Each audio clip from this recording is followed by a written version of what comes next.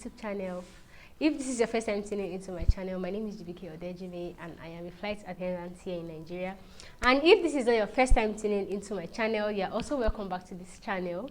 How have you guys been? In this video, I'm going to be talking about the pros and cons of a flight attendant. I'm going to be starting by telling you the advantages of being a flight attendant. The first advantage I'll be talking about is you get to meet people. You get to meet like different people from different culture, with different backgrounds, with different personality, people with different mood. And then when I say you meet people with different culture, people from different country, you meet them, you interact with them, people you don't even know you would even meet. The second thing I'm going to be talking about is that you get paid for traveling around. You go to different states, you get paid. For international crew, you go to different countries and then you still get paid for traveling around. And before you know it, you've gone to like different states, you've gone to like different countries already, and then you're still getting your money from it. The third thing I'll be talking about is that as a flight attendant, you get reduction on your ticket fee and for your family and friends too sometimes, depending on the airline you are working with. Probably you might have to pay like 50% or 70% of the normal ticket fee, and I think everybody should at least like that about an airline.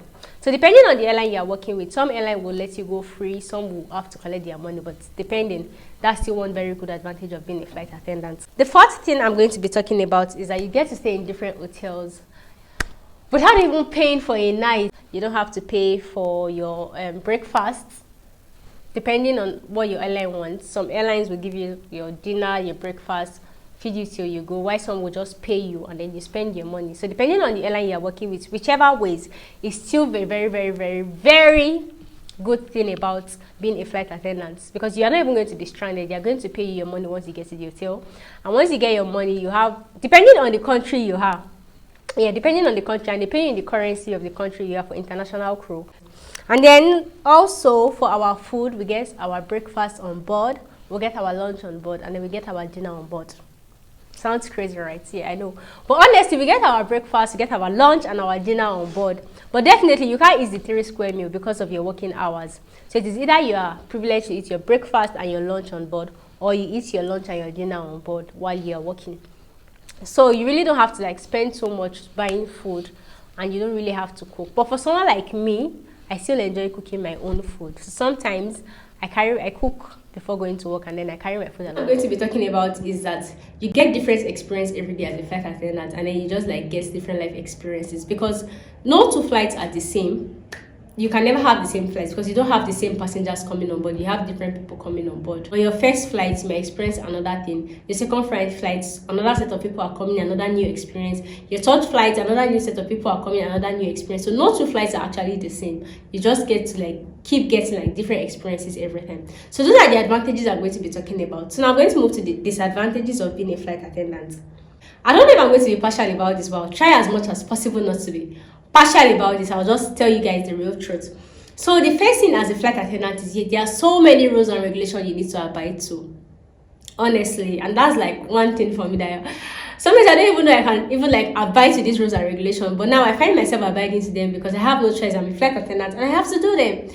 Now, take for instance my hairstyles. I have like limited hairstyles to do. Sometimes I want to really braid my hair, and it's not like you can't even braid your hair. You can braid your hair, but most times you wouldn't just enjoy it as a flight attendant yourself, because having to go to work in the morning, having to pack your braids, you can't even do something full. It just has to be a bit scanty so you can even be able to like pack it properly. So most times I feel like, what's the essence of me like wasting so much to do braids when I can't even do the proper way I want to do it, and then I still have to like pack it to work. And then there are some other styles I really see and I just want to do them, but I can't do them because I can't take them to work. Yeah, other rules and regulations, like when you're on uniform, you can't buy food outside. You can't even eat in the airport. You can't eat like just anywhere. Especially when you're on uniform, you have so many rules you have to abide with. And then even without uniform, there are still some rules you have to abide with. Like you can't draw a tattoo. You have limited nails. I can't take this to work. I can't take it to work.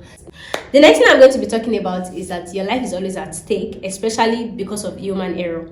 We really don't have crashes every time, but you always know that you're on board for safety, and you can't just jeopardize that safety. You always have to be safety conscious every time, because any little mistake can trigger anything. You have to always be you always have to be as alert. You always have to be safety conscious. You have to be security conscious. Your brain has to keep working like every time. There's no time for play, there's no time for joke. You have to keep checking the galley, you just have to keep doing something. Then another thing, another disadvantage of being a flight attendant is most times you get delays. You can't really like plan yourself. Sometimes when you have like morning flights, you can't say, oh, this evening I'm going to go to this way, because anything can happen. We can have issues with weather, we can have operational delay, anything can happen. You really can't plan your day. If there's a delay, there's nothing you can do. You can't leave the passengers in the airport. Going to work in the morning, all you know is you have this amount of sectors. It might change, it might not change, depending on the weather, depending on so many things, so many circumstances. That's another disadvantage of being a flight attendant. Another disadvantage of being a flight attendant is that you have to stay away from home for a very long time. I can't even remember the last time I went home. I think some months ago. But that's like one disadvantage about it. You don't tend to go home every time, but not as much as it's a disadvantage. I still feel like it's life, because definitely at a certain time in your life, you have to like just go to work. You just have to like sort out your life, so you can't be in the house forever. But for people that don't like staying far from their parents, or you don't like staying far from home, that's like one disadvantage about it. Then the last thing I'm going to be talking about is that you literally have to change your lifestyle when you want to become a flight attendant. There are so many things you don't used to do that you're going to start doing, and there are so many things you do and you have to stop doing them. Take for instance, if you're someone that takes alcohol a lot, you always have to know that you have, before your flight, 8 hours before your flight, you can't take alcohol. So definitely, I don't want to know how much you take alcohol. I feel like you're still going to reduce it at the end of the day. You won't take it as much as you used to take it before. And there are so many things that you just need to change. For somebody that maybe you like cooking every time, you like, as much as I like cooking, let's use that as an instance. I really like cooking. I like eating my food.